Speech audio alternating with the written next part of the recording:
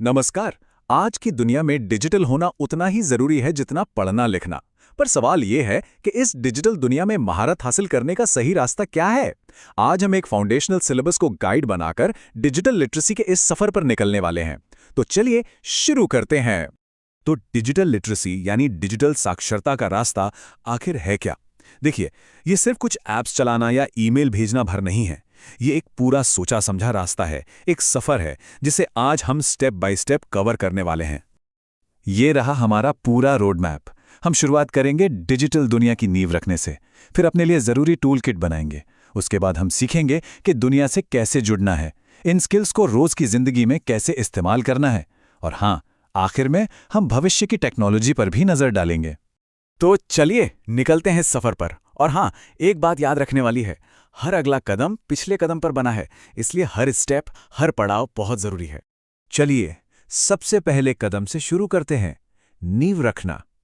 यहां हम ये समझेंगे कि एक मशीन मतलब एक कंप्यूटर असल में काम कैसे करता है।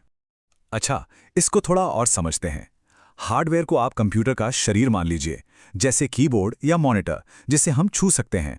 और सॉफ्टवेयर वो है उसकी आत्मा, मतलब वो प्रोग्राम्स जो इस शरीर को चलाते हैं।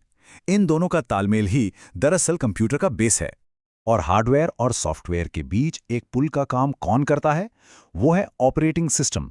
इसे आप कंप्यूटर का मैनेजर समझ लीजिए, जो सब कुछ संभालता है और हमें उस मशीन से बात करने, उसे चलाने में मदद करता है। तो हमारी नींव अब तैयार है। अब बारी है अपना डिजिटल टूलकिट बनाने की। चलिए देखते हैं कि इस टूलकिट में कौन कौन से जरूरी औजार होने चाहिए। हमारा पहला टूल है वर्ड प्रोसेसिंग। जरा सोचिए, एक बढ़िया सा रिज्यूमे बनाना हो या कोई जरूरी रिपोर्ट लिखनी हो, ये कितना काम आता है। ये आपको अपने आइडियाज को एक प्रोफेशनल तरीके से पेश करने की पावर देता है। अगला पावरफुल टूल है स्प्रेडशीट। ये सिर्फ नंबरों का खेल नहीं है। इससे घर का बजट ट्रैक हो सकता है, डेटा को एनालाइज किया जा सकता है और जानकारी को आसानी से समझने के लिए बढ़िया चार्ट्स भी बनाए जा सकते हैं। और फिर आता है प्रेजेंटेशन सॉफ्टवेयर। ये अपने आइडियाज को दुनिया के सामने रखने का एक जबरदस्त तरीका है, वो भी आकर्षक स्लाइड्स के जरिए। ये आपकी कहानी को और ज्यादा असरदार बनाने में मदद करता है। ठीक है, अब हमारे पास टूलकिट तो है, तो चलिए अब दुनिया से जुड़ते हैं। अब हम एक अकेले कंप्यूटर से निकलकर इंटरनेट की बहुत बड़ी दुनिया में कदम रखने जा रहे हैं। और इंटरनेट की इस दुनिया में जाने के लिए हमारी गाड़ी क्या है? Web browsers.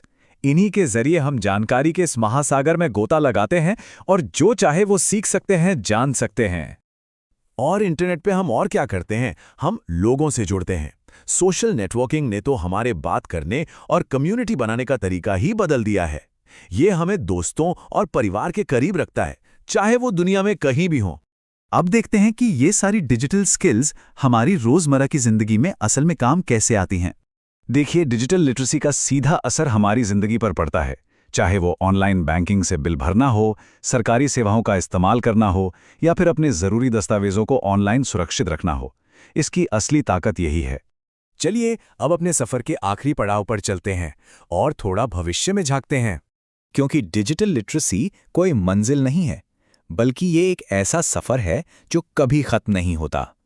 जो हम आज जानते हैं, जरूरी नहीं कि वो कल के लिए काफी हो। आने वाले कल के लिए तैयार रहने के लिए हमें इन नई टेक्नोलॉजीज को समझना होगा, जैसे कि आर्टिफिशियल इंटेलिजेंस जो मशीनों को सोचने की ताकत देता है, या फिर साइबर सिक्योरिटी जो हमें ऑनलाइन दुनिया में सुरक्षित रखती है।